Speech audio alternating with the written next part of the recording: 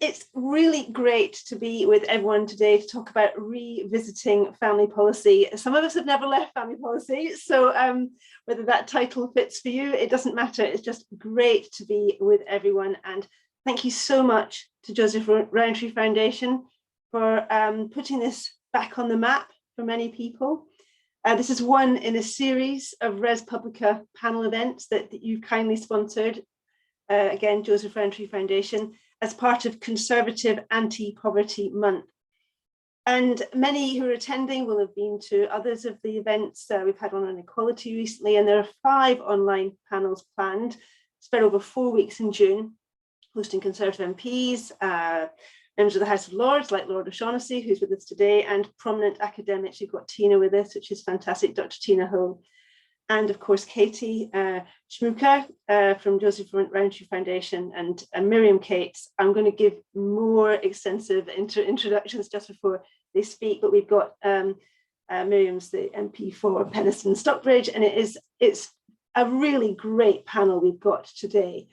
I'm really pleased to be sharing this. The aim is to discuss centre-right ideas for tackling, ameliorating and ending the different types of poverty that continue to blight our country. Things aren't getting much better, but we need to make sure that they do. So I'm going to be talking really, just setting the scene, giving an introduction, and I want to really explain how family policy, family support, these should be fertile sources of conservative policy ideas. But in some ways, little is said on supporting children or the family. Things are beginning to be said about early years, which is really great, from the Andrea Leadsom review. And we want to really focus here on what policies might work in the UK, learning from abroad, but what's going to work here. Now, I don't think it's as barren a territory as some people might think, but so our family taxation system, which I know Miriam's going to talk about, is certainly not helping, say, single earner couples, so couple families, or even single earner families where there's a single parent. And this isn't inevitable. There are other countries that are doing far better about supporting families in the tax system. And as I said, I don't think this is completely barren territory, because there's been a lot of work done by the Conservative Party parliamentarians and government. The emphasis on the Conservatives, the Conservative Manifesto to Strengthen Families, which was published in 2017, was supported by over 60 MPs and a significant group of peers led by my boss, Lord Farmer.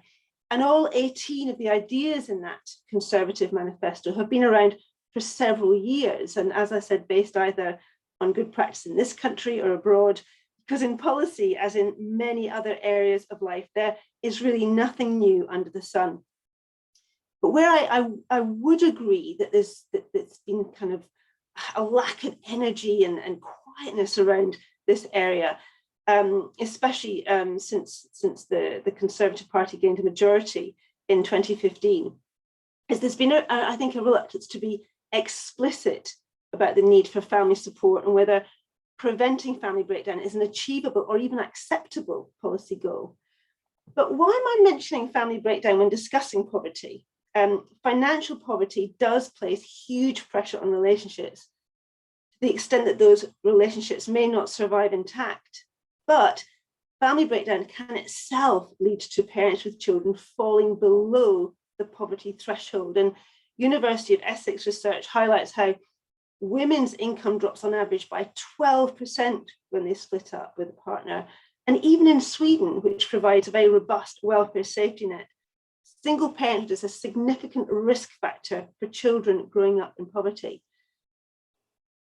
But why is there this reluctance to publicise policies which support families?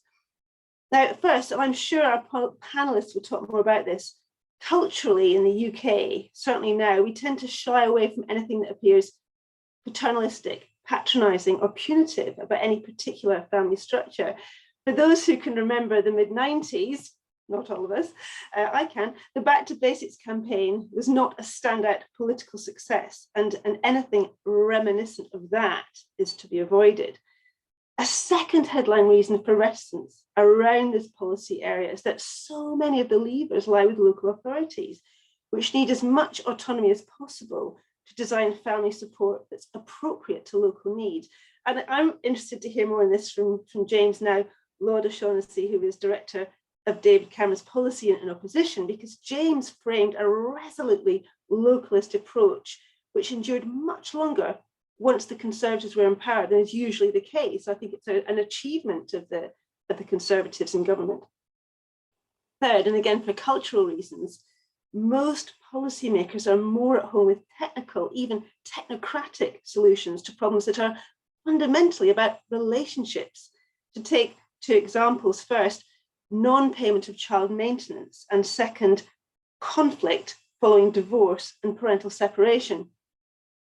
Far more time has been spent trying to solve what is seen as a financial problem, say with child maintenance, designing good payment systems, ways of extracting money from non-paying parents, than solving what is at heart a relationship problem, that kind of question in many people's minds, whether we agree with it or not. Why should I give my ex money when he or she has hurt me so badly? Similarly, on the kind of conflict following separation issue, the court and the legal system are the places parents go to resolve contact disputes after separation. But again, the underlying reason people cannot agree which service station to drop their children off at with the other parent, and that is why some people go to court. I want to be at this service station on the M4, not that one, it's too far for me to go. This is not a legal or really even a practical issue. This is a relationship issue. Not being able to resolve that kind of dilemma in a family should not be pushed onto the courts, but it's relational. And it can be disguised as being practical when actually it's about the inability to sort things out relationally. But there are clear signs of what I have talked about before as being a relational turn in policy.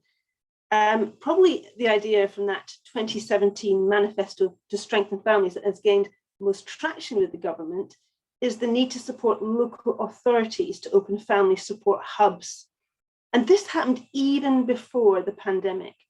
The 2019 Conservative Manifesto for Government, not Strengthen Families, promised to champion family hubs because of the growing recognition that the government had to be more intentional about ensuring early intervention was available to stem the flow of so many children into local authority care. And a lot had been learned from the Troubled Families Now Supporting Families programme, particularly the benefits of families being able to kind of walk in and access help when they need it, not when they finally breached a threshold, which meant that so much harm had already been done to children. And I set up the Family Hubs Network with Lord Farmer to bring the principles and good practice we'd found in many family hubs to the government's attention without being unduly prescriptive, because we'd heard from many councils that they were ready now for guidance and family support after over a decade of central government policy hiatus. And they were far less squeamish about speaking about the need to help families because of the unsustainability of high and growing social care costs, the harms to children which accumulated when help wasn't forthcoming. And this even extended to working with couples. The government's reducing parental conflict funding really helped them kind of break through that research around the mental health harms to children of being raised in a high conflict environment. Many councils are now completely at home talking about taking a relational approach to all they do with families. And this is what I would call a hallmark or principle of family hubs. So relationships are firmly on the agenda, localism can be managed well, and now more than ever, family support is not seen as intrusive, but humane, given how challenging the pandemic has been in terms of both family finances, which Kate is going to talk about in a minute, and family functioning. This is ResPublica, so I thought we should have a meaty quote from some social policy theorists. And Hudson and Lowe describe how decision makers' actions are in large part framed by the dominant beliefs of the era in which they live, which is what I've been talking about. And at any given point in time, an overarching ideational or even ideological paradigm exists, which spells out accepted wisdom concerning the broad parameters within which state action can take place. Quote continues, by calling into question existing assumptions, crises like the one we've been going through in the last 12 months or so, these crises can open windows of opportunity, triggering a search for alternative frameworks of action. However, these windows are firmly sealed for the most part. And when they do open, it is usually for little more than a brief period. So I would say this panel event is coming at an opportune time when the search for these alternative frameworks of action is well and truly on. We do not want to slide back into this fear about talking about family support, fear about talking about relationships, fear of we don't want to tell local authorities what to do. We have to really take the opportunity that is well and truly upon us. So I want to thank Joseph Rowntree Foundation again for sponsoring this event, and please do use the hashtag Tories Against Poverty. And I'm going to hand over now to Katie Schmuecker, who's the Deputy Director of Policy and Partnerships at Joseph Rowntree Foundation, who I've known for a very long time and worked with in the past. It's lovely to be with you again, even if it's virtually, Katie, and she's going to talk about the trends and key issues of family poverty. Thank you, Katie. Thanks very much for that introduction. And in particular, I want to talk about, as Sam said, the sort of income side of this. I want to talk a little bit about work, and I also want to talk a little bit about services, in addition to those questions of relationship that you've just outlined so well there. But first of all, I want to start off by just talking about someone's experience, and this is prior to COVID, and it's about a woman who had escaped domestic violence. She was working extremely hard to rebuild her life, having moved out of a shelter and into a permanent home. And yeah, she'd got herself a part-time job.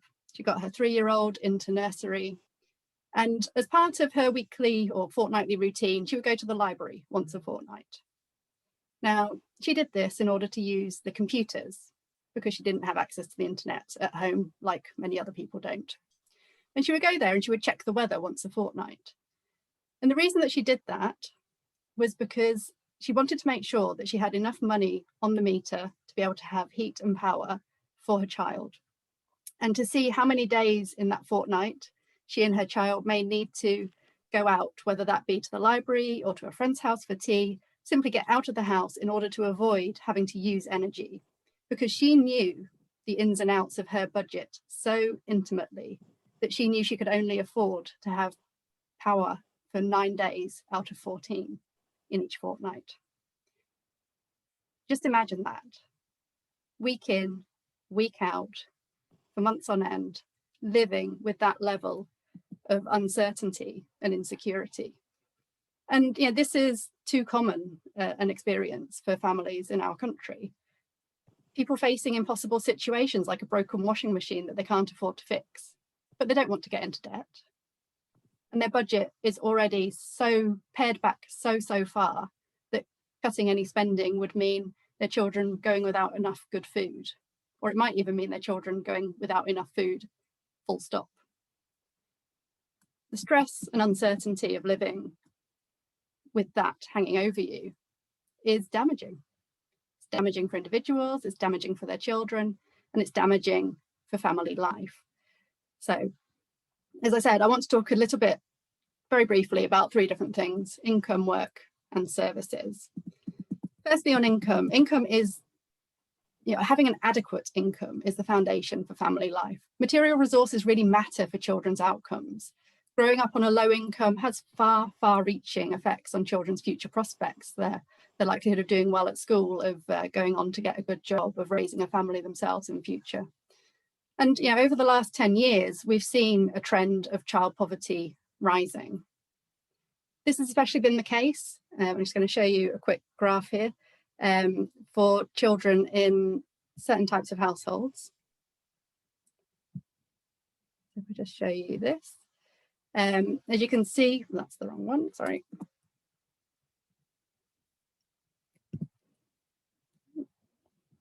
Hold on just one moment, having a slight technical hitch here.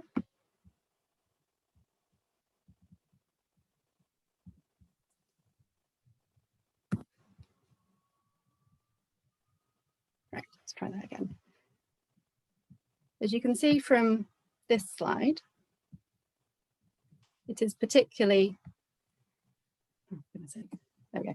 It's particularly children who are born to young parents, children that are in a family with a lone parent, under fives, large families, families from Black and minority ethnic backgrounds, and households where someone in the family, whether that's the parent or the child, has a disability.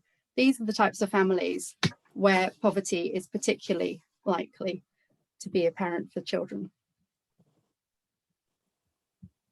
Now, that is not the experience that we want in this country. A good job when parents are able to work, having access to affordable housing and social security should be combining to prevent families from being pulled into poverty and to provide a platform from which families can build a better life for themselves and for their children. But for too many families, this formula is not adding up at the moment.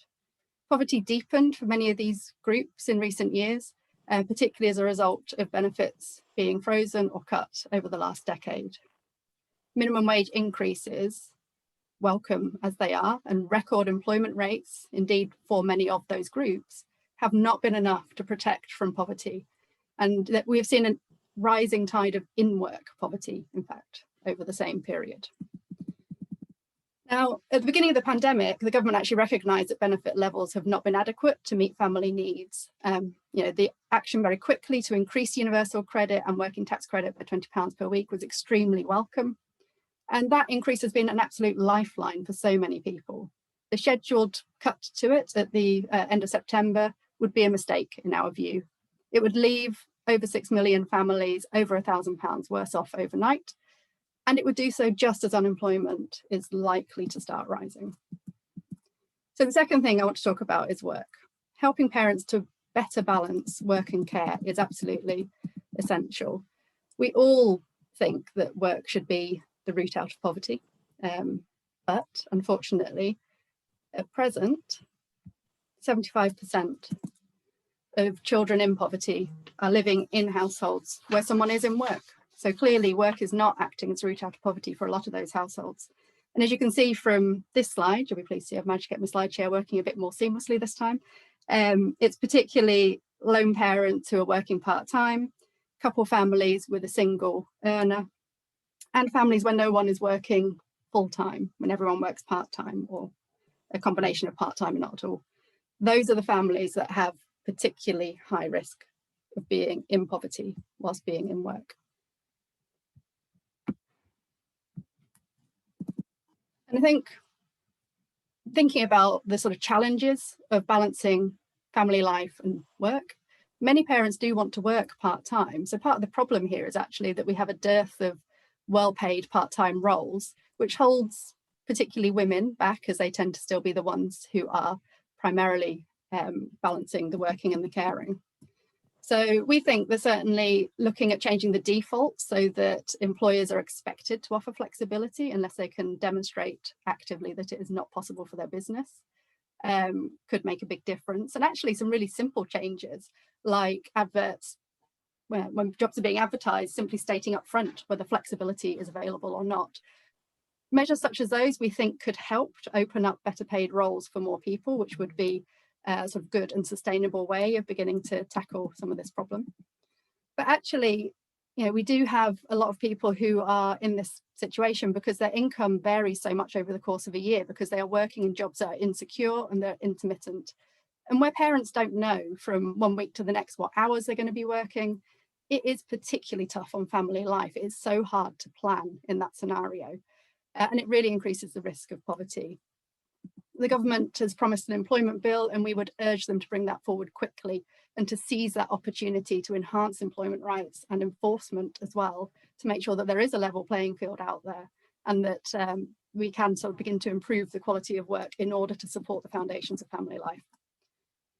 Finally, briefly on services, I absolutely agree with what Samantha was saying. I think there have been some really interesting moves in this area. We know that children who are raised in stable, secure and loving families have a better chance of flourishing. And it is stability, in our view, rather than structure particularly, that matters for children's prospects. That, I'm sure, is something that we may return to in the debate. But in tune with the government's recent review led by Andrea Leadsom, there is a need for good quality advice and support to all parents to get family life off to a really good start. So that sort of universal offering is really important, particularly because parents can be particularly receptive to change in the early stages of a child's life. So we really welcome the plans to revitalise family support services and family hubs. But in addition to that universal offer, that targeted early intervention to help break the cycle of transmission of social problems is also really important. And here I think what is quite interesting is some of the thinking about the ethos of services rather than anything else. So an ethos which places the family at the centre, which takes time to build a relationship of trust, to understand the aspirations and assets of a family, and to focus on building their capabilities. That relationship between sort of key workers and public servants and a family is really, really important. And that's quite a different way of working from one that starts with the deficits and the risks that a family presents.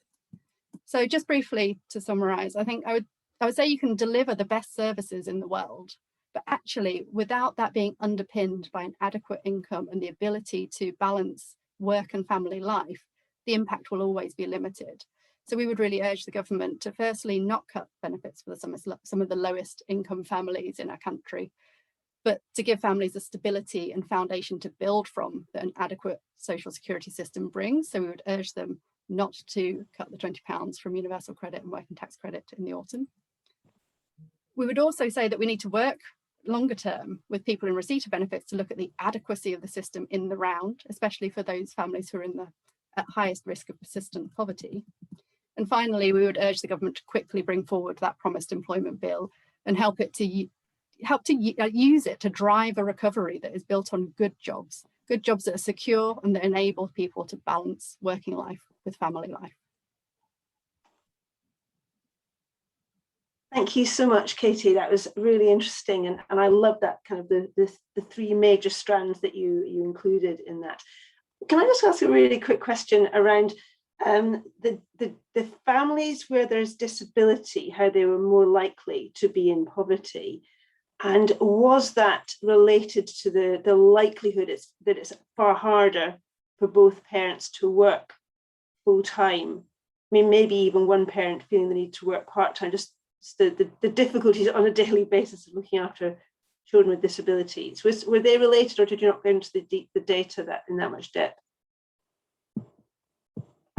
Yeah, so I think there are two things at play. One is the constraints that it places on people's ability to work, either because they themselves are disabled or they are caring for a child who is disabled, or perhaps caring for a partner who is disabled. The second is the cost of disability. So clearly being disabled does bring additional costs for many people. Some of those are recognised and supported through the social security system through things like personal independence payments.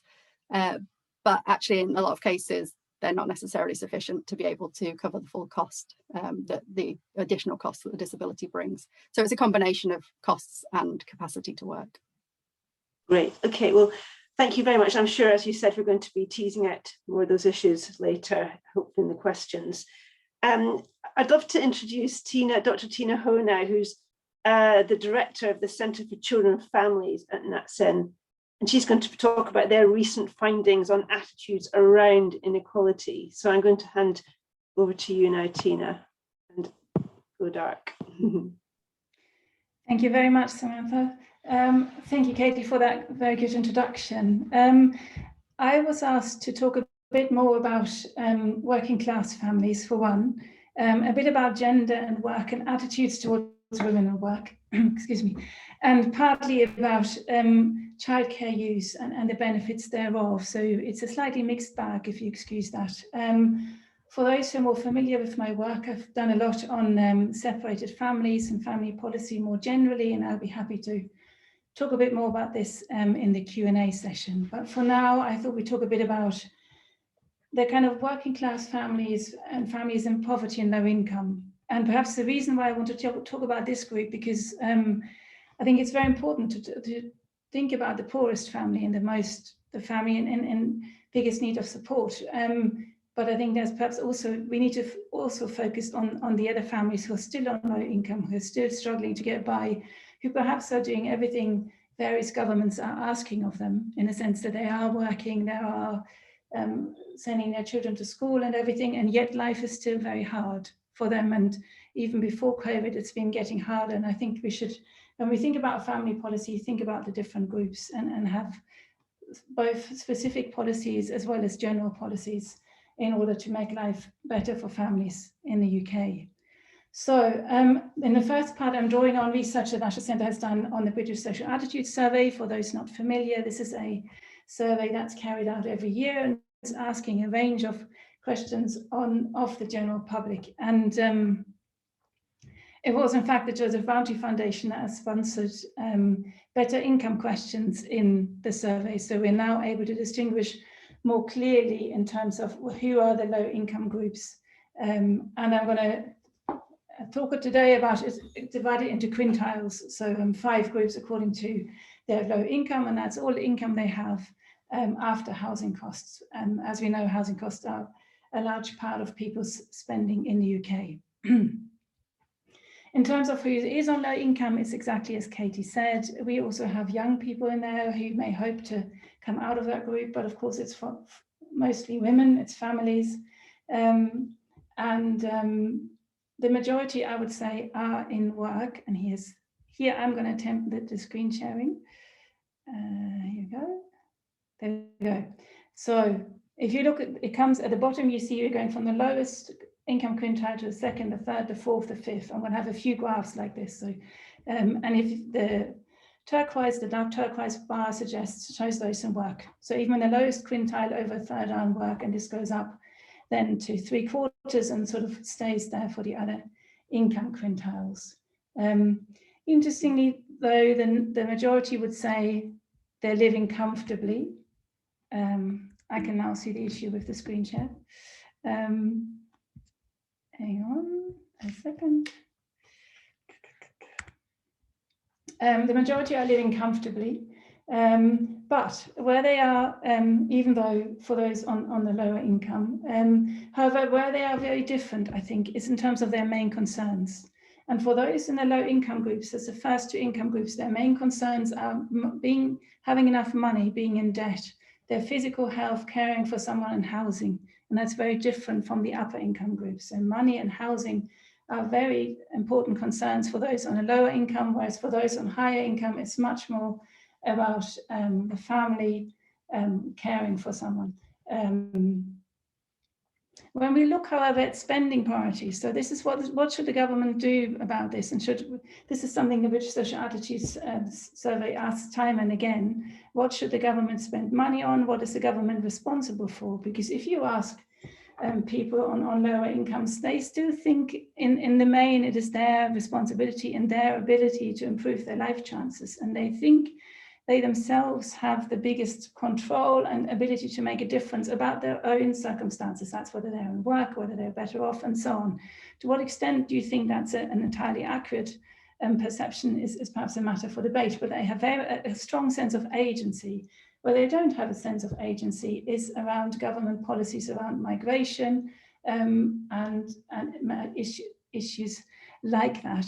Interestingly, perhaps, I think we have great agreement on what the government should spend money on across the income groups, which I personally find surprising. So if you look here, now the income groups are in colors, and we go from the lowest income groups on the left to the highest income group on the right.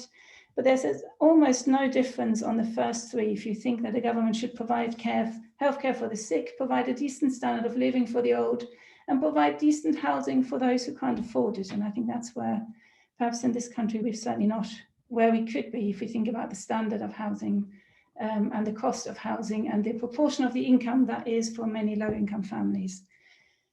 attitudes become a bit more diverse in terms of the priority of a decent standard of living. But if you look at those on low income, that's a high priority for them. Still over 2/3 think this is important and think that government should help with finding a job as much as possible for everyone who wants one.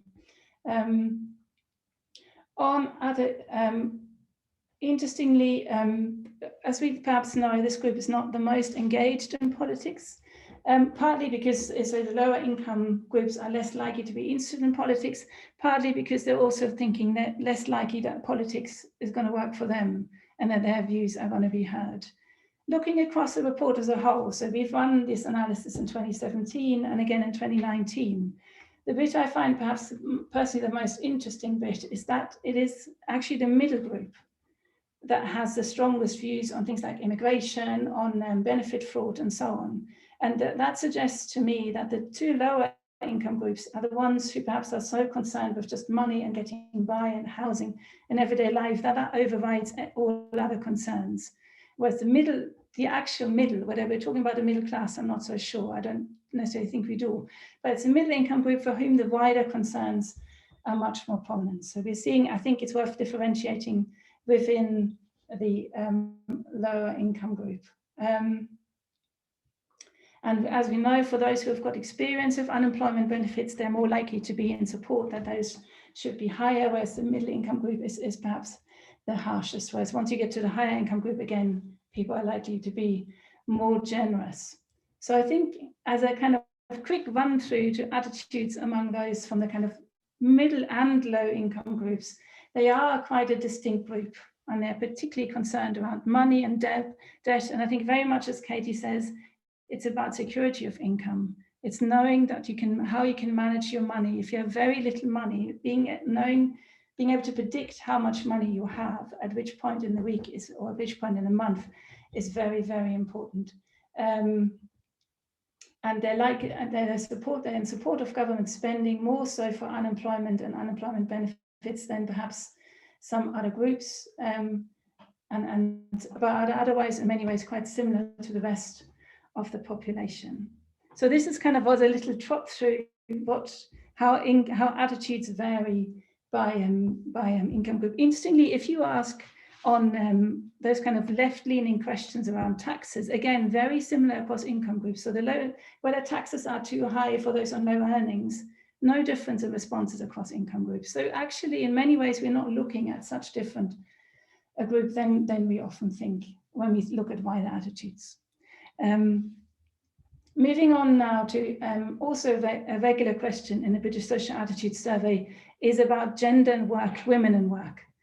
Given that we're talking about family policy and the ability of often the woman, the second earner, to work part-time or full-time, and having an earning that makes that working worthwhile and the levels of in-work poverty.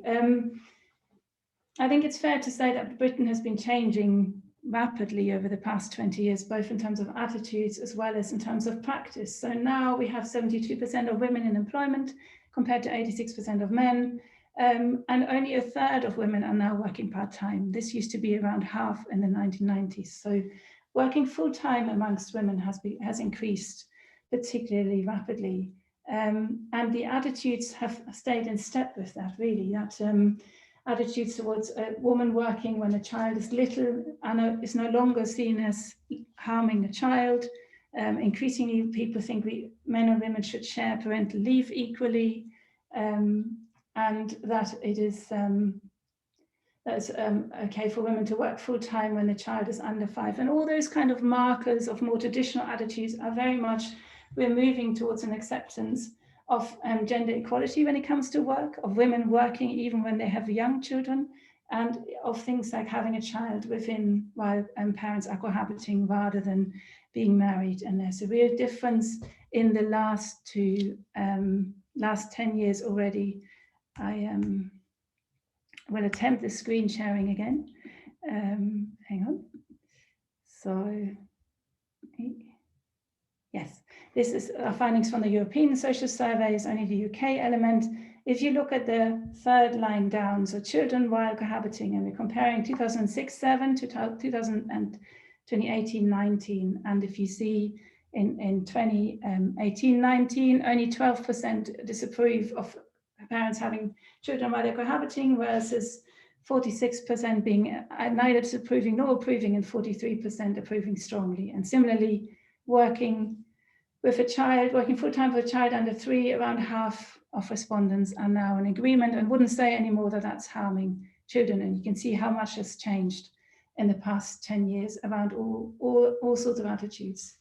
If we break this down further, then these attitudes are driven mainly by young people who are even more in favor of these things, of women working. They're also driven, of course, by income group in this case, and education status. But the young people matter, because it means that as we go on, these kind of changes will become more pronounced, unless we think that they get more conservative with age, or I think, which is important to think about in this context, that their attitudes may change slightly once they have children themselves. But generally, the UK is becoming a much more supportive place for gender equality, and perhaps moving much more towards the Scandinavian way of thinking about gender inequality, women in work, and also raising children than we have previously.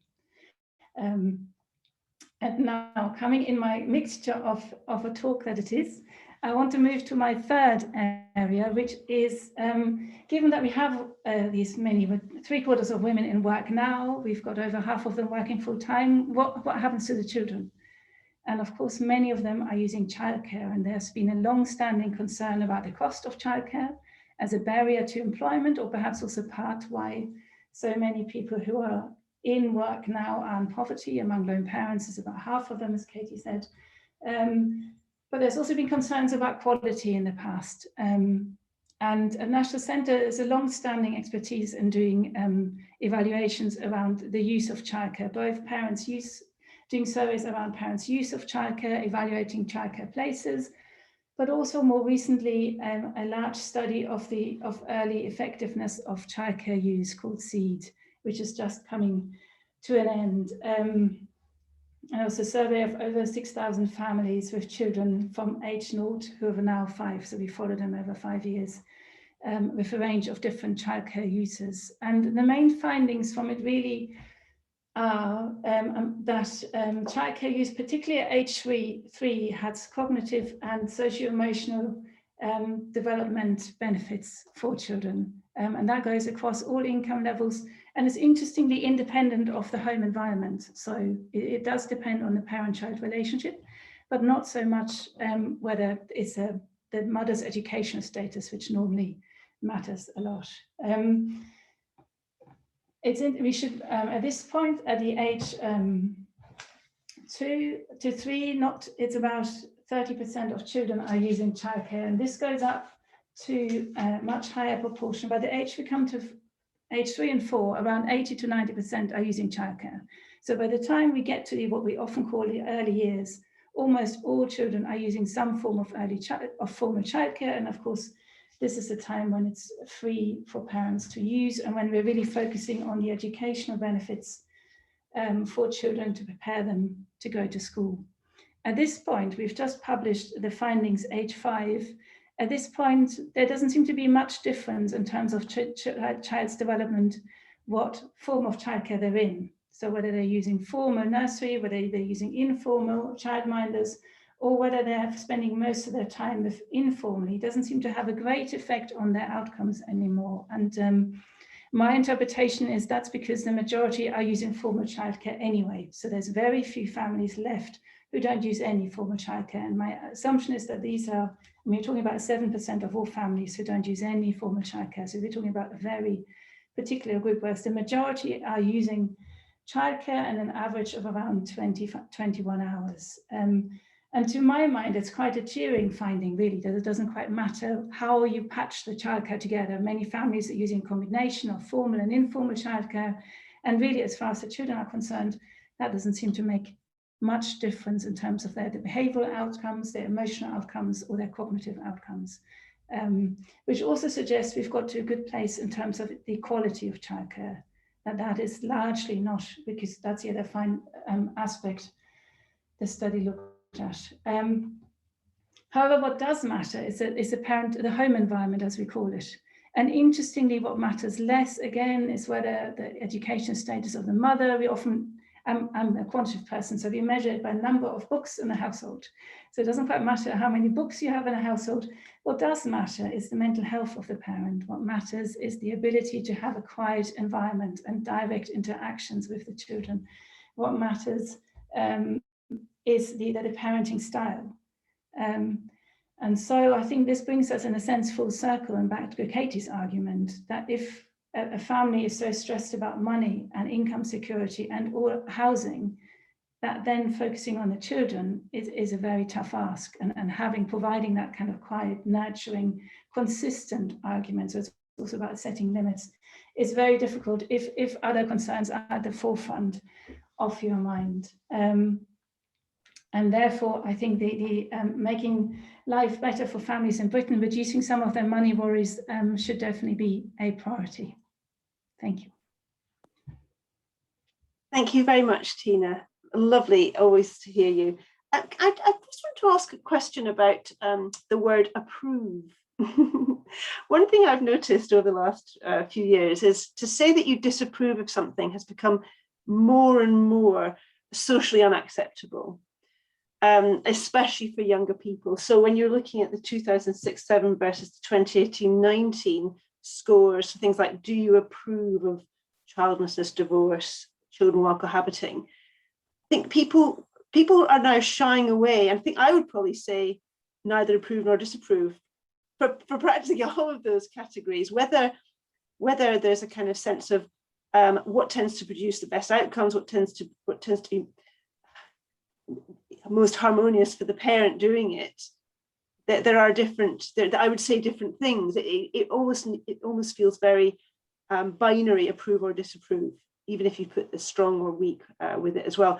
Have you got any thoughts about that? Even that word now just seems to have become unhelpful and maybe skews the results. That's what I'm trying to say. People may have different views on something rather than I approve or I disapprove. Yeah, it's interesting. I mean, I think the results as such show a shift towards approval as well as possibly a shift to the middle. I can see what you're saying. It's a really interesting methodological point, whether we need to change the wording, whether there's in fact now comes across as judgmental, which is I think what you're talking about. I was just thinking while you were talking, whether we could, whether one way to ask is what would you think would be ideal for yourself to take the kind of element away of judging about other people. Or there's a whole battery of questions of what is good for children, that and those again have changed in the same direction. So it's much less disapproval now of it's bad for the child if the mother goes to work. That has a much lower agreement. And many of the questions, in fact, we have, do you agree? To what extent do you agree with the statement? So maybe we should change those to that. But yes, I'll take that point back. Thank you. That's great. Thank you very much, Tina. I would just say Philip Blond's question was so erudite and I think it was a bit intimidating, but do not be intimidated, anybody. Actually, I don't know if anyone else can see the Q&A apart from the panelists. Okay, maybe you can't see it, but we will ask Philip to ask his question during the Q&A. But please, no question is stupid. So do not hold back, otherwise we're going to spend a very long time answering Philip's question between the two of us. Between the six of us. So I want to hand over now to Lord James O'Shaughnessy, who's going to be talking about some of the findings of the onward social capital work. So James has been a health minister, he's an educational pioneer, and I'm so excited that he's now thinking about family policy and looking forward to hearing what he's got to say about communities and how they see family. Over to you, James. Thank you, Samantha. And well, first of all, thank you for the invitation to join the event, and congratulations to ResPublica and the JRF for launching into this incredibly important topic. I should declare an interest at the start here, which is the JRF are also funding our social fabric work at Onward, for which we're very grateful, and making intellectual as well as financial contribution to that. And I'm going to come on to talk more about that, as you say. I mean, the first thing I would say is, not only is it fantastic that there is such a thing as Conservative Poverty Month, and we are, as Conservatives, thinking about it, but that actually we have put this consideration of family at the centre of considerations about poverty. Katie and Tina, I think, have really elucidated the complexities of that. It's not a simple concept, but it is important. And it is interesting as a politician, I'm really looking forward to hearing from Miriam as well, why they have tended to avoid it in recent years as a topic. Family, I mean, not poverty. And I think it's been mentioned that people don't want to be seen as judgmental, and harking back to the sort of back to basic stuff of the 1990s. I think Katie and Tina also made the point that this is inevitably quite a gendered discussion. Most politicians until recently have been men. Those men who want to do the right thing and feel a bit clumsy about topics like this, it's easier to steer clear rather than engage. And also, I think, and we've definitely seen this through our onward work, when you start to engage in topics around family, around volunteering, community involvement, one of the reactions you often get amongst women is, oh, that sounds good in theory, but I'm expecting the burden of this to fall on my shoulders disproportionately rather than men. And I think we can't ignore that as policymakers. It's why personally I approach this whole topic from Philip will enjoy this, I'm sure, a post-liberal perspective, in the sense that welcoming the end of prejudice and reduced opportunities based on facets of your person that you can't change, but also understanding that deep down, most people actually crave security rather than freedom. That we've had a politics of liberation as in the post-war period, which has brought many gains, but it has also detached people from one another, sometimes by accident, sometimes positively, and that we do see a growing atomization in society with many negative consequences, some of which I will get into. In fact, interestingly, Tina talked about young people, and if you look at attitudes towards, so Onward, through our Politics of Belonging paper, which came out nearly 2 years ago, asked this question about whether people prefer security or freedom, and they found that they prefer security over freedom as a kind of guiding light of government policy, as a ratio of 2 to 1, which is interesting because it kind of goes counter to a lot of what you hear in politics. Over the last year, with the experience of the pandemic, that has become, for younger people, they have become even more security focused, interestingly. Older people, often shielding, have been more interested in freedom. Younger people, with all those insecurities that they face, are on the lookout for security and stability. And indeed, I think you've seen the politics that is starting to reflect those needs. And of course, at the heart of security and stability are strong families and strong relationships. I was also thinking in the run-up to this, one of the other reasons that perhaps politicians don't like getting into this area is can be sort of pinpointed on a book that Ferdinand Mount, a predecessor of mine as Director of Policy at Number 10, wrote in the 80s, called The Subversive Family. And this idea that the family actually acts as counter to ideologies and hierarchies. It is so strong and autonomous, they could be hard to control. So there's something in it for governments not to have too strong a families, because otherwise they might be bulwarks against the policy intentions that they want to have. But we do, I think, all agree that strong families are required. I think what we required and wanted, what we need to do, I think, is probably to reconceive what it is to have a strong family and a strong relationships for this post-liberal era. And that's really part of what we were trying to do with Onward. So we started from this premise that what people were actually looking for was security rather than freedom, that strong relationships were part of that, and indeed a proper understanding of what it means to be in poverty takes into account, as has already been talked about, economic factors. But that is not enough. People have a broader sense of what it is to flourish and therefore what it is to languish, and that takes into account a whole load of social factors which are not well understood in economic terms. Indeed, we have a sort of unfortunate tendency to try and reduce social factors into economic metrics of productivity, economic output, investment, and so on, whereas actually these are socio-cultural issues that you have to address in their own right. And if you are, as this government and indeed any government would be intent on levelling up, you also have to have a proper understanding of what a strong social fabric, as well as the strong economic fabric, looks like in order to rebuild that. And that helps you, if you can do that analysis, that helps you get into the right kind of policies rather than just spending lots of money on infrastructure, which may make a difference, but isn't necessarily going to improve the institutions of society where people get a lot of their happiness and reassurance from. So we carried out a lot of polling and other research to begin with, to understand people's sentiments about community, about social fabric, and their understanding of how that contributes to either, as I say, flourishing or languishing. And what we found, unfortunately, is a history of community decline. So, just to pick out a few items which kind of give voice to that, membership of fewer than half of people in the UK are members of groups. Regular church attendance has halved since 1980. Interestingly, and I think germane for this discussion, the share of parents engaging in activities or outings with their children several times a week has declined by a third between 2011 and 2017. Although there is good news, more people are having meals with their family. That's risen from a third in 1995 to a half today. And we've also seen the number of charitable donations rising, but the actual value of those falling. And other instances of, as we call it, sort of atomization of society, more people living alone, people's median number of friends falling, particularly and disturbingly for the youngest people.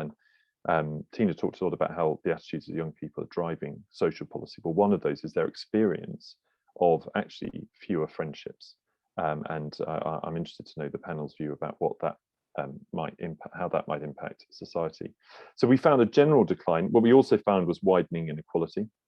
So widening inequality, strong social fabric in typically in the south of England, places with fraying social fabric elsewhere in the country, eastern coasts of England, South Wales, the M62 corridor, the post-industrial towns, and as you will have guessed, these places have become more politically volatile. So it seems to matter not just whether economically you are struggling, but also socially whether you are struggling, whether there is a disconnection between you and your neighbours, between you and wider society, seems to be leading the period of political volatility, whether that's through Brexit or expressed through the election in 2019. Interestingly, the growth of private rented sector has contributed massively to declining social fabric, and I know this is very important to the JRF. I think it was Katie talked about the importance of security, of having financial and other security, and what that gives you in terms of your ability to engage in wider relationships in your community. It does seem to be incredibly important. And of course, we know that things like home ownership, access to the private rented sector are skewed towards older people. So you do have, in a sense, partly by chance, partly by policy decisions, a lot of the things that would point in the direction of greater, stronger social fabric skewed against younger people. And we have a piece of work coming up soon that is going to go into more detail about what this means for young people and what we do about it. Now, I've been blithely talking about social fabric, and of course, what I would love to be able to do, if it were not for my technical ineptitude, would be to get up a slide and show you what we mean by it. But basically, we mapped this across 5 pillars, those pillars being physical infrastructure, transport, local businesses, open public spaces, civic institutions, so trust in those institutions, political engagement, economic value, the classic income, employment, housing, and so on, what we called positive norms. So that is family, crime, education, health, and also relationships, the extent to which people are engaged in aspects of their society. That's how we measured it. And we went beyond, we called it social fabric because we feel it goes beyond social capital. It's not just relational, although that is in part.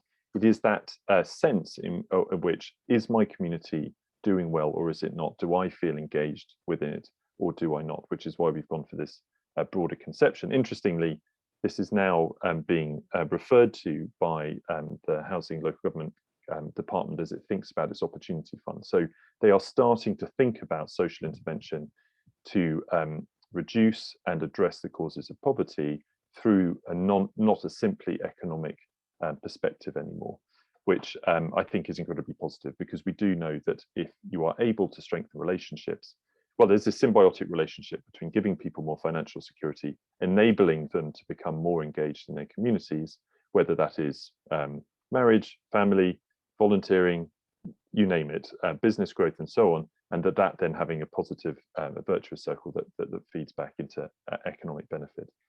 And just to finish, we obviously, onwards a think tank, so we tried to come up with some policy ideas about what one might do to actually promote social fabric.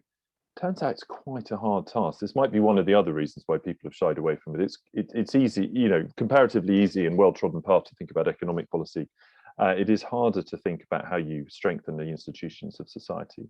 But just to give you a couple of the ideas which we promoted in our most recent support, which is called the Policies of Belonging.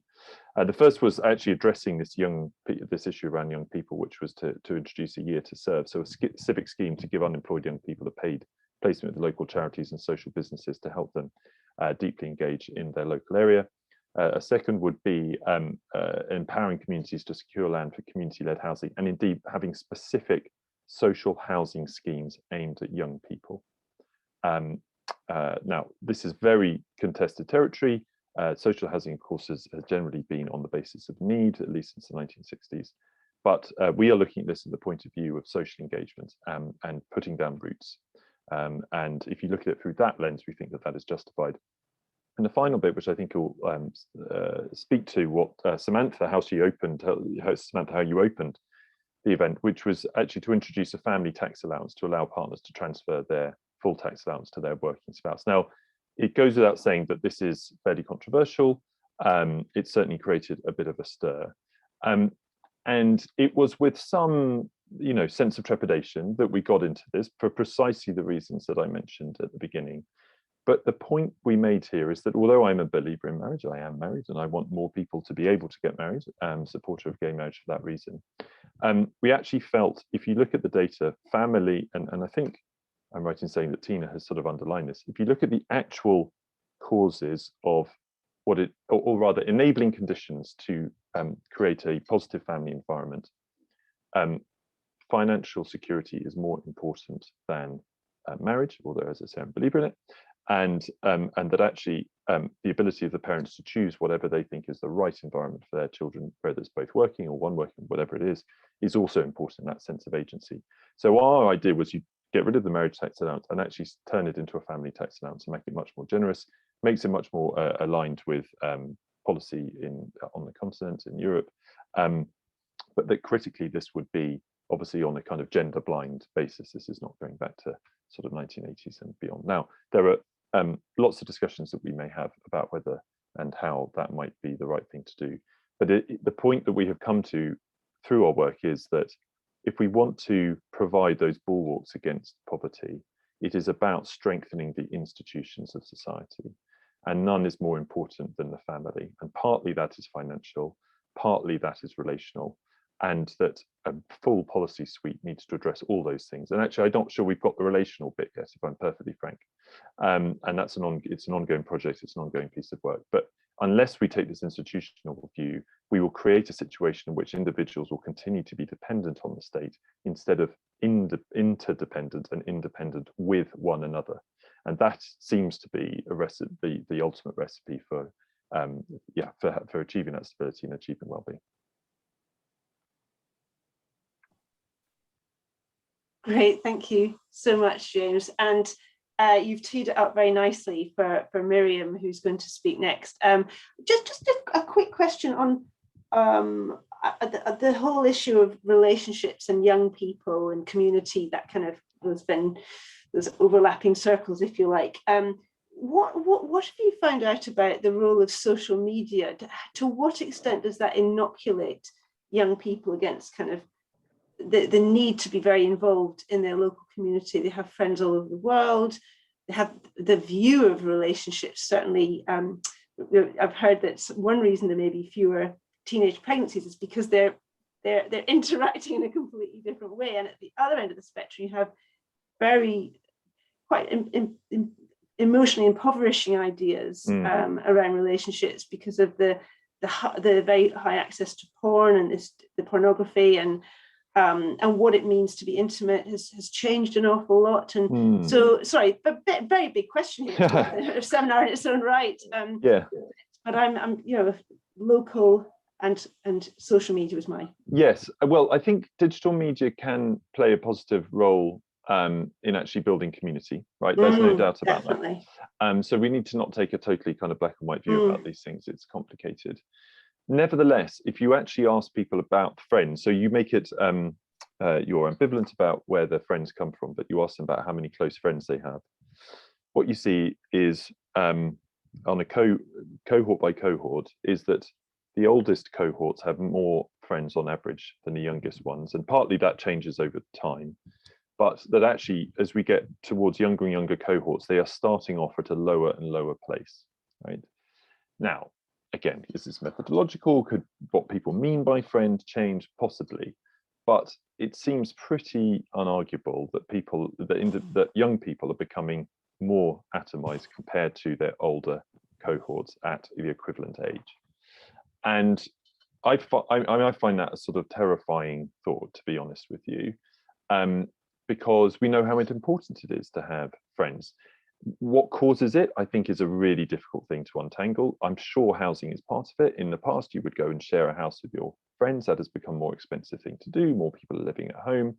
Funny enough, young people's attitudes, they feel more attached to their community, but more keen to leave, but unable to. So you've got this kind of very strange relationship of people feeling somewhat trapped, perhaps, and wanting to, you know, as younger people do, to kind of go out and go free, but also to spend time with colleagues and friends. And of course, the experience of the last 18 months has just absolutely turbo boosted all of that. And I, you know, as you say, we're getting into a whole different territory here about the links between, as a sense of sort of Durkheimian anomie and mental health and these kind of things. But I do worry about the long-term consequences of people who, you know, social beings, of that lack of sort of social interaction in a traditional way, which isn't to say you can't replicate some of it online.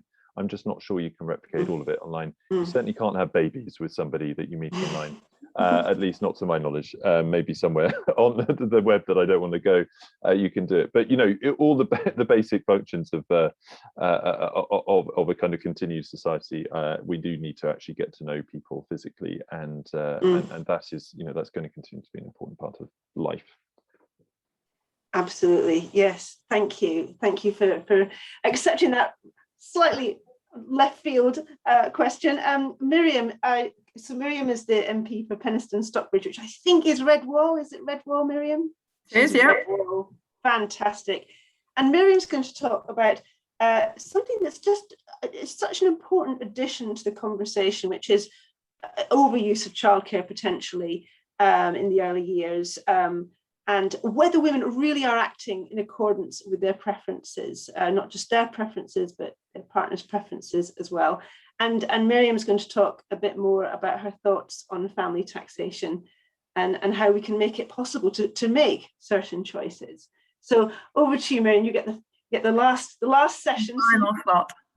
Thank you, Samantha.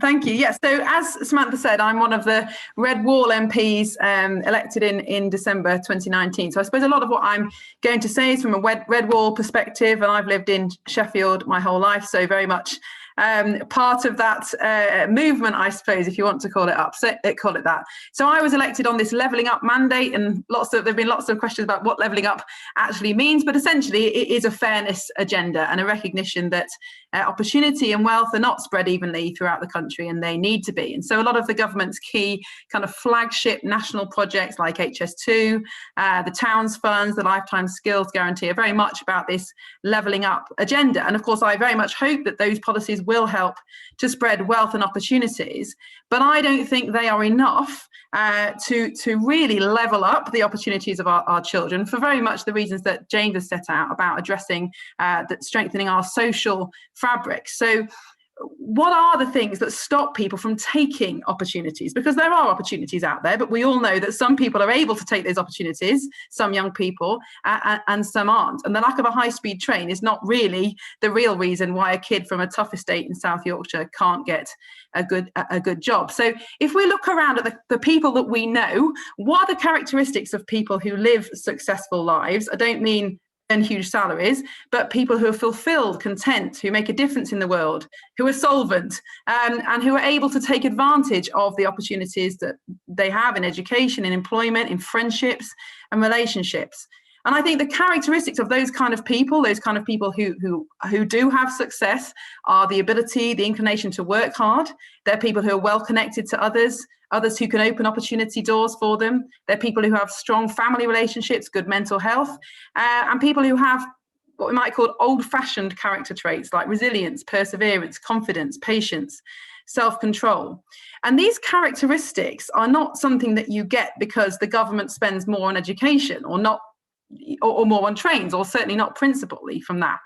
They come from your childhood, and people who grow up in stable families, as we've already said, loving families, people whose families are connected to a wide range of different people whose families have enough money for all the reasons have been set out, are more likely to gain those characteristics that then enable them to take advantage of opportunity and lead successful, rewarding life. So, that's exactly the case for me. I've been very fortunate. My mum didn't work when I was a child. She spent huge amounts of time investing in my education. My parents helped me to grow confidence. We had enough money, enough connections. And, I'm absolutely not where I am today on my own merit. I'm here because of the childhood I had, the people who I was connected with, and the doors that other people have opened for me. But so many children don't grow up in these conditions. And if you're poor, if your family isn't stable, if you don't have space at home to study, if you don't have a wide range of role models and connections in your community, if no one has time to invest in your character and nurture you,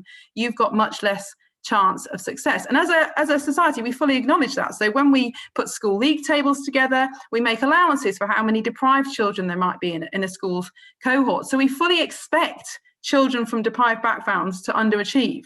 But what are we doing to address it? And I think we have to start with the family. And of course, the key to a child's healthy development are these stable families with loving relationships that we've, the other panelists have laid out so articulately, where parents do have enough money, but not just money, time, to an emotional and resilience and energy to invest in their children, because parenting is hard work and it's not something you just do in your spare time. It is a big emotional commitment. So just to take a practical example of how a child can be nurtured and the effect that it has on their outcomes. Let's imagine a child that's being bullied at school. Now, let's imagine this child comes from a relatively well-off family where one parent isn't having to work full time. That parent takes time to go and meet the school, talk to the head teacher during the school day.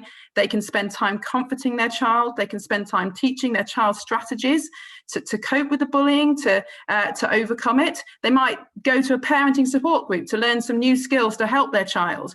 They might come up with a strategy with the school of how to address the bullying. Perhaps if things don't get better, they might have the time, even the financial resources, to move their child to a new school. Now, compare the outcomes of that child going through that experience with a child who perhaps comes from a single parent family. The mum has 3 other kids. She's working more than full time in several jobs to make ends meet. She's being harassed by her ex. She doesn't have time to go into school to talk to the head teacher. She's stressed and anxious herself. That exacerbates the problem with the child. She doesn't know anyone with the skills to ask for help. The problem isn't a lack of love or desire to raise the child well and help them get through this experience. It's a lack of time and emotional resilience that's caused by the parent's own struggle for financial security, essentially, and for emotional security. So I think, although all these other outcomes that we measure are important, actually, that the characteristics of strong families, and therefore children who are able to start to take advantage of opportunities, start very early on. So how do we strengthen families? Well, I think there are 3 things that strong families need, and it's been said a lot already, but the right skills, enough support, and enough money. And the Family Hubs agenda that Samantha was talking about at the beginning, I very much hope will start to address, or is already addressing, the issues of support and skills for parents, as well as we need very much more investment in our social fabric, in voluntary sector, those kind of things that can provide those wraparound support for families that need it. But families also need enough money, and we've heard a lot about the impact of poverty on families and children, and the impact that has on their outcomes as they grow up. But that money isn't just for paying for food. It also buys time away from paid work and time to foster the characteristics in the family and the child that lead to success and fulfillment. And if you have two parents, let's say, or one parent, a single parent family, working more than full time just to make ends meet, or not even managing to make ends meet, as many of those charts have shown, what time and energy and emotional resource do they have for actually nurturing the child in the way that is going to enable them to flourish as an adult? And I think our social policies over the last few decades have absolutely devalued the role of parents, because they have pushed more and more parents into full-time work, and then we've solved the problem, the child problem that this has created, with more and more hours of free childcare. Now, I absolutely take the equality point, and it's a great thing that women have the choice to work, to have equal careers. I absolutely agree with that. And I sit here as a full-time working mother, so I'm not, I don't disagree that that is a good thing. But is it the best thing for our children to have both parents, particularly in the early years, working full time, and for those children to be in childcare, often not with a relative or a close friend, but in a nursery with many other children, and not perhaps the kind of childcare that they would get at home? And so, have we missed the point of parenting? Have we just focused on parents' contribution to GDP and paying the bills, rather than the parents' role in nurturing the child's values and virtues? And those things only come through relationship, and relationships only come through time. So if we want our children to grow up in an environment that gives them the tools of success, we have to make it easier for parents to spend more time with their children, especially in the first few years, if that's what they want. And I take the point that different families have different choices, and different families have different setups in terms of support from extended families and friends. This isn't all families, but for the families where they feel they want to spend more time at home with their children, particularly in the early years, we need to give them that choice. And we talk so much about choice, particularly when we talk about women's equality, but there are so many women right now who don't have a choice. They have to work, and they have to work full time. And I remember when I was going back to work after having my first child, I had a range of friends from all different social spectrum, from lawyers and doctors to supermarket workers. And I can't think of one of my friends who would have chosen to go back to work full time if they had a choice. It's not just about, women don't just prioritise their career, they also massively value that time with their child that can never be replaced. And I think that's a very important, we have to understand that. Now, and also, as Samantha alluded to, I think whilst certainly having a mix of childcare options out there is good, there is a role for all different types of childcare. There is evidence starting to emerge that too much childcare too early on in a child's life, by which I mean, in a nursery setting potentially, not with a close family member or friend, can actually be damaging for children in terms of their mental health, their educational achievements. And I think we need to look more closely at that, and those results coming out from Sweden and Canada. And also it's intuitive, the kind of experiences and relationships that a child gets in bonding with their parents are clearly going to be more easily obtained if they spend more time with that parent. They have the security of that relationship, then potentially are looked after with a number of other children in the absence of someone to whom they have with whom they have a strong bond. So how do we create this environment where parents do have the choice not to work all hours, become incredibly stressed, and for that stress to lead to family breakdown or family insecurity? Well, one thing I think we have to do is reform our tax and benefits system to recognise the important job that parents are doing, which is raising the next generation who are going to be the next contributors to our economy and the next parents in generations to come. And in the UK, our tax policies squeeze families much harder than in comparable countries. And James has already spoken about this, because we tax people as individuals and not households. So let's say you earn £30,000 a year, you'll pay the same amount of tax whether you're a single person living in a one-bedroom flat or a parent trying to support a number of children. And this is particularly difficult for one-earner households, whether that's because it's a single parent family or a couple family where one person isn't working and one person is. So if you live in a one-earner household with 4 children, in order to have the same standard of living as a single person earning the medium income, which is £26,500, the working parent in that family has to earn nearly £80,000. That's a salary over 3 times the median income. And in my constituency, that's an almost unachievable salary. So we are making it very, very difficult for families to have a good standard of living on a reasonable income. And to me, that's inherently unfair. And then the way we claw back benefits as income increases means that a lot of families can lose 75 pence in every pound that they earn. So how do you get out of poverty if that's your starting point? And this just isn't the way it works in other countries. So in Germany, for example, parents can choose to be jointly taxed, so they can fully transfer their tax allowance. They get an additional around €2,500 tax allowance per child to recognise that raising children is expensive and it takes time and money. And I think we need to go down this approach more ourselves, because we are absolutely penalising families at the moment and making it very, very hard for many families to obtain financial security. I think there are a number of ways we could go about this. I love the idea that James has set out about having a household taxation so that single earner families aren't penalised, where you can fully transfer your tax allowance and you're recognised as a unit rather than individuals. And that's how our benefit system works. So why shouldn't our taxation system work? Or we could massively increase the personal allowance for parents to recognise parental responsibilities, or we could front load child benefit. So instead of spreading child benefit over 18 years, we could just give it out in the first 5 years when the pressures on loss of income are the greatest, and also when parents want to spend most time with their children in those crucial early years. So I think all of these options need to be explored by economists, by politicians.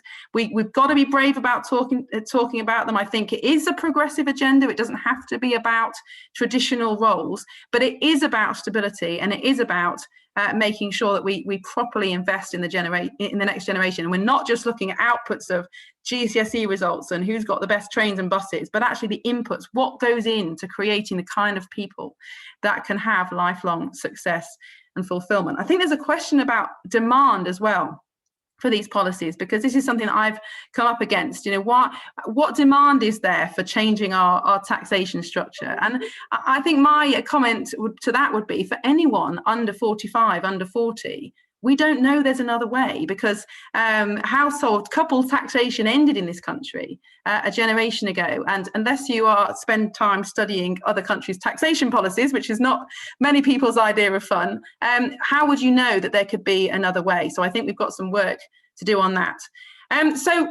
Reassessing, reforming our taxation policy, it won't solve the whole problem. We've got to look at housing costs. I agree with James. I think we should build masses of social housing. I think that's the only real way that we can solve the housing crisis.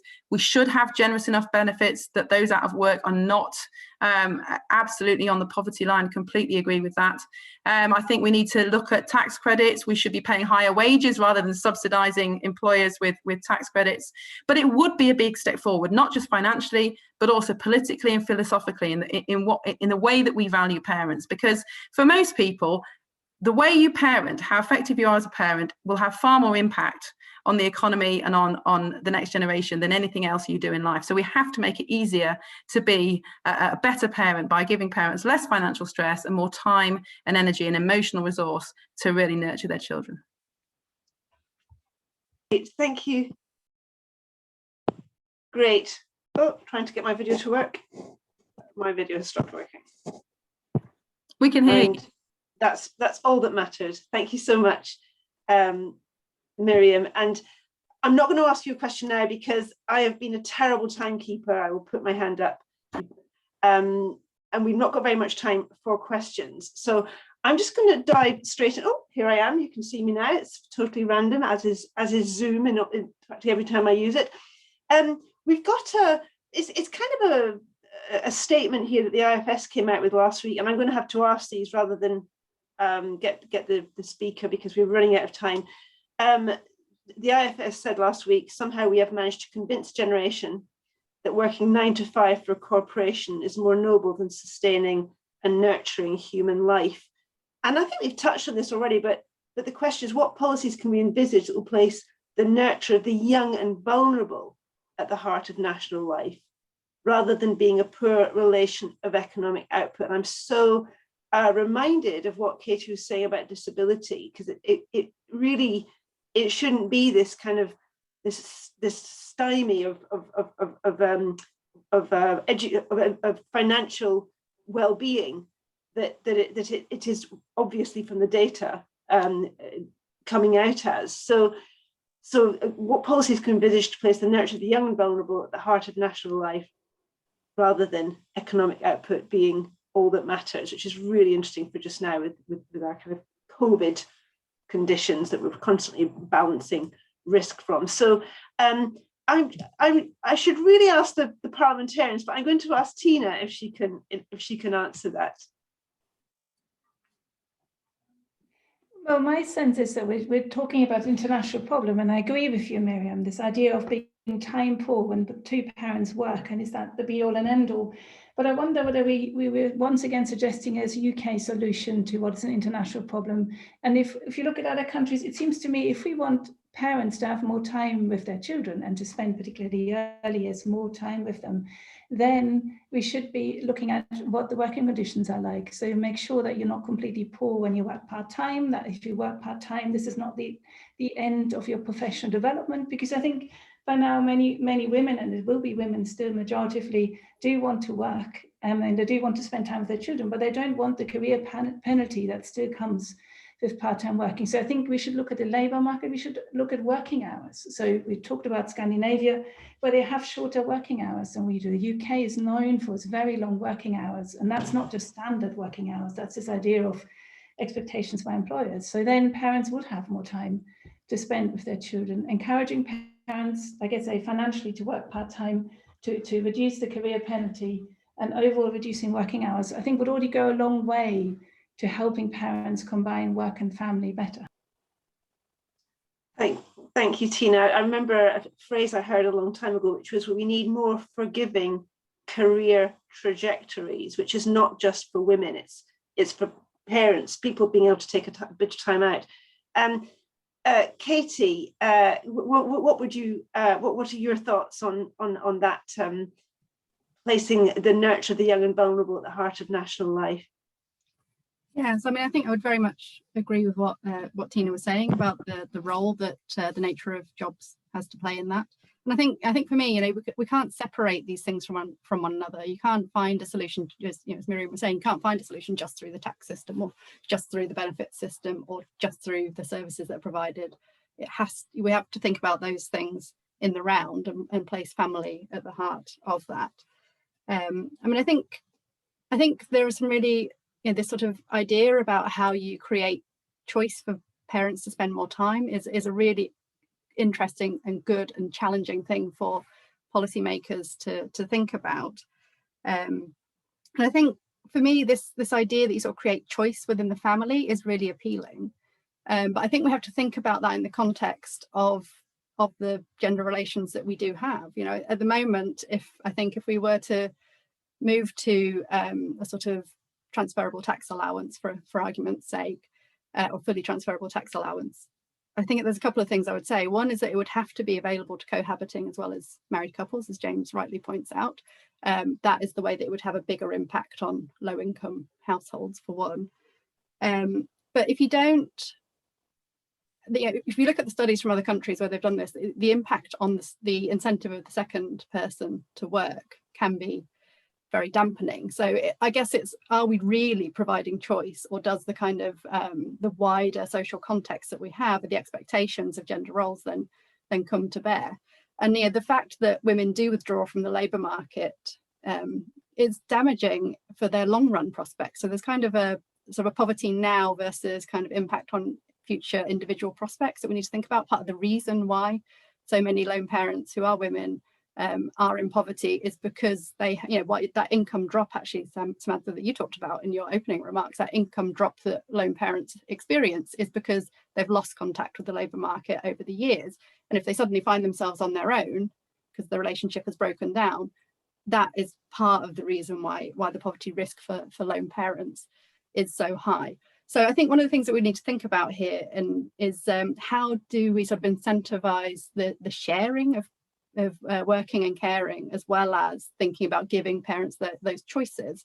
So if you look at something like shared parental leave, if we know, in fact we know from our own experience in this country, if you just offer it as something to be shared, it tends to fall still to the woman. But actually, if you make it a sort of use it or lose it, then it can really incentivize men to play a much bigger role in their children's lives, early in their children's lives, and that actually has a lasting impact then on their engagement with their children. So I think, yeah, thinking about some of those wider incentive structures, as well as thinking about some of the potential tax and benefit reforms, and starting to think about that as a package in the round is perhaps where we need to be. Miriam, can I ask you to respond to what Katie and Tina have said, please? Yeah, I know we don't have much time, so I'll be brief. I suppose my feeling is that we need to stop having this debate from the point of view of women with careers, because that actually isn't, well, in my experience, the majority of women. Most women have jobs. If you have a career that is fulfilling, well paid, exciting, satisfying, it's worth putting your children in childcare, and it's worth carrying on in that career to make sure you make progress. If you have a job, if you stack supermarket shelves for £9.50 an hour, £8.50 an hour, is the cost to the relationship, the time with your child, worth it to put them in childcare, which costs the vast majority of salary? And I just don't think it is. And I accept that the current situation and current policies suit a number of women who have careers, who are graduates, who are well paid and have fulfilling jobs, fulfilling careers. I don't think the current system it is right for women who have jobs. And if you stack supermarket shelves and take a few years out, it's not going to harm your career prospects at all. And I think if you look at what are the most popular jobs for women with children who don't have exceptional qualifications, they're things like being a teaching assistant, which is incredibly poorly paid, but is almost the only job that is only in school hours and only in term time. And it's you sometimes get 70 applications to one job.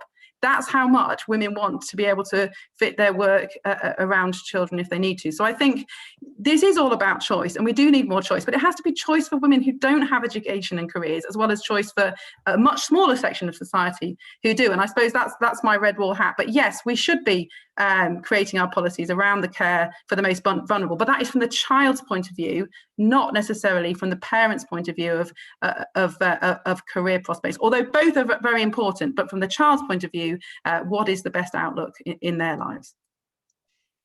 Thanks, Miriam. I'm going to ask one more question, and then I'm going to have to wrap up. I'm sorry, but people have got things to do, I'm sure, at 3:30. So I don't want to keep you waiting. And we'll finish with Philip's kind of observation, really, and I'll ask James if he could reply to this. I think he's probably already seen it, and others will have as well.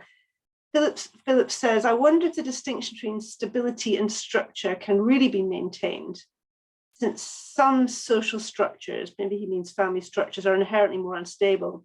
It seems to run counter to both evidence and intuition that we should avoid the conclusion that one-parent families are not optimal for everyone. Not to impugn anybody, but if we recognise the importance of both the mother and father, I think that's the key thing, the mother and the father, or both parents, what policy approach or change might that engender if we basically say it's not just mums that matter?